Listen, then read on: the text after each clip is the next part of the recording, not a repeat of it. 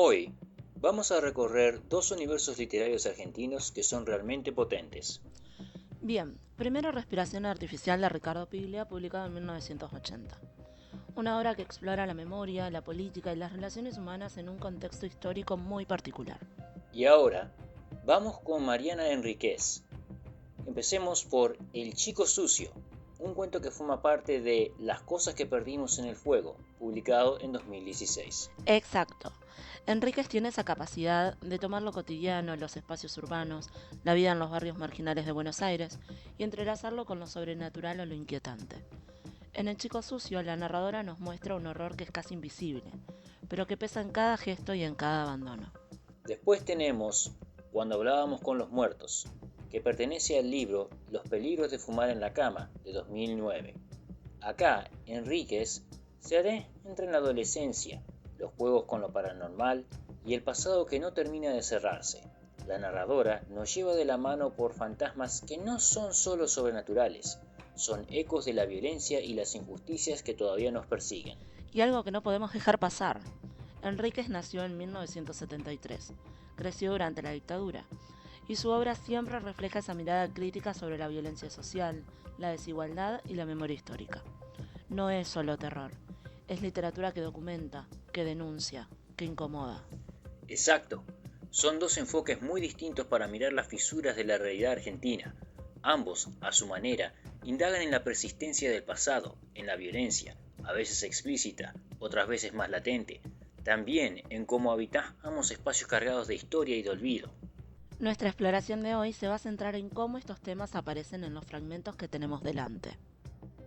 A lo largo de este episodio vamos a explorar cómo estos autores construyen sus mundos, cómo juegan con la memoria, el miedo y la realidad, y qué nos dicen sobre nosotros y la sociedad que retratan.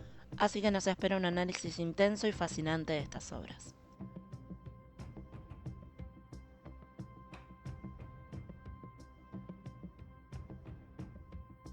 Hoy vamos a hablar de algo jodido, ¿eh?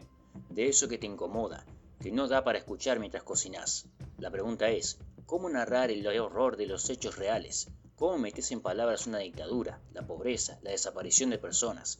Para eso vamos a cruzar a Ricardo Piglia con Mariana Enríquez. Arranquemos con Piglia. Respiración Artificial salió en 1980, plena dictadura militar. El tipo no podía narrar de frente porque lo censuraban o lo hacían desaparecer. Entonces lo hace con cartas, con voces fragmentadas, con silencios. Hay un momento en que directamente se pregunta, citando a Joyce, ¿cómo narrar los hechos reales? Y la respuesta es esa, no se narran, se insinúan. Pará, ¿eso no es medio cagarse? O sea, esconderse detrás del fragmento, del archivo, ¿no termina siendo una forma de no decir nada? No, para nada. Para mí es al revés, es honesto. Piglia sabía que la historia no es un relato objetivo, sino una construcción narrativa. En la novela, el protagonista, Enrique Osorio, investiga su antepasado y lo que encuentra son mitos, versiones falsas, nada firme. Es un policial donde nunca hay una verdad. Lo que muestra es que la historia, incluso la oficial, está llena de huecos.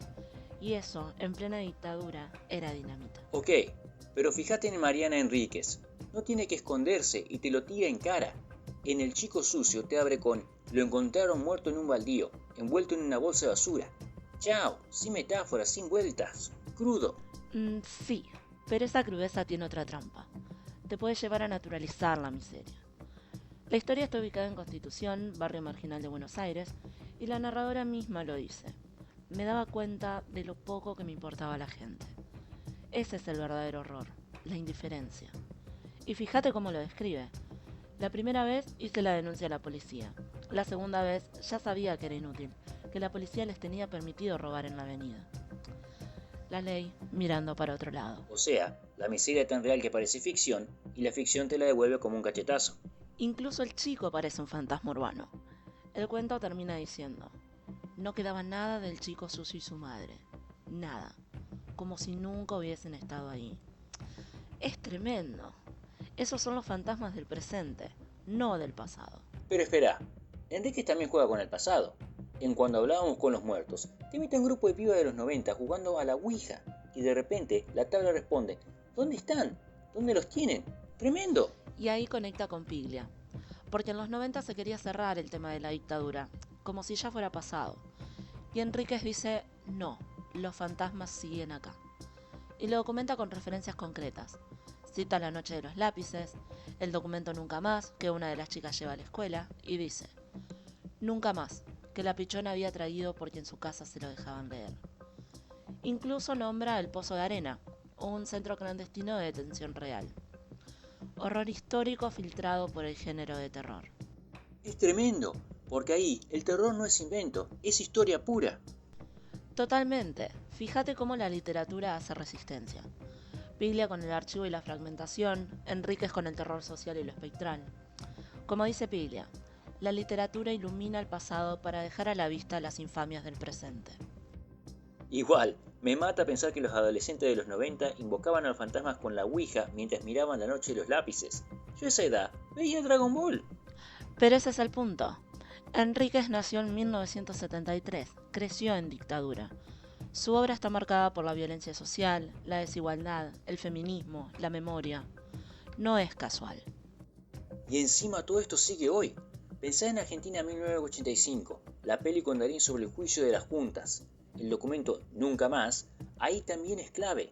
Y esa escena en que el juez le da un chupetín al pibe que lo estaba espiando. Los espías no comen chupetines. ¡Tremendo! Un toque de moral para la nueva generación.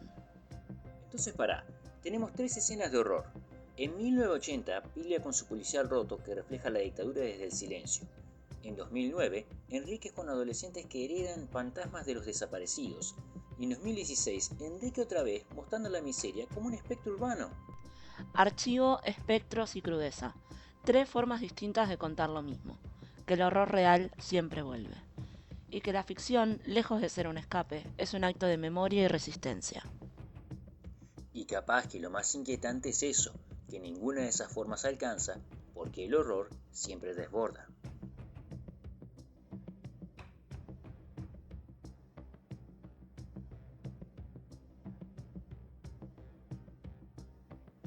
Entonces, ¿a dónde nos lleva todo esto? ¿Por qué esta obsesión con los fragmentos? Bueno, las últimas piezas del rompecabezas nos muestran que esto no es solo un juego literario.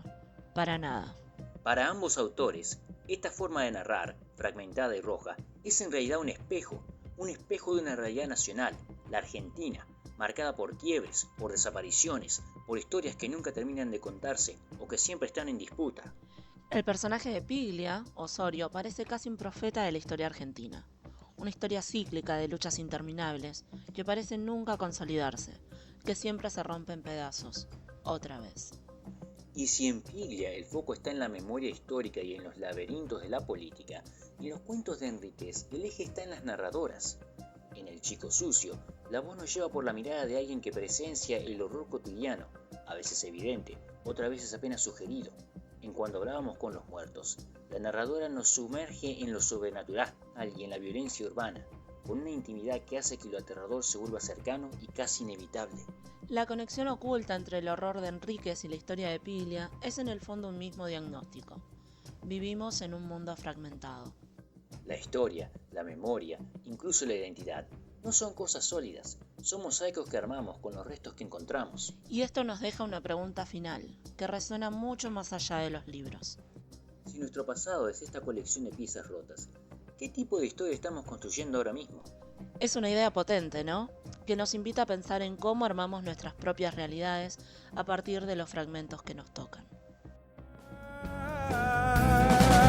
Si la historia la escriben los que ganan, eso quiere decir que hay otra historia, la verdadera historia. Quien quiera oír, que oiga. Nos queman las palabras, nos silencian y la voz de la gente se oirá siempre. Inútil es matar, la muerte prueba que la vida existe.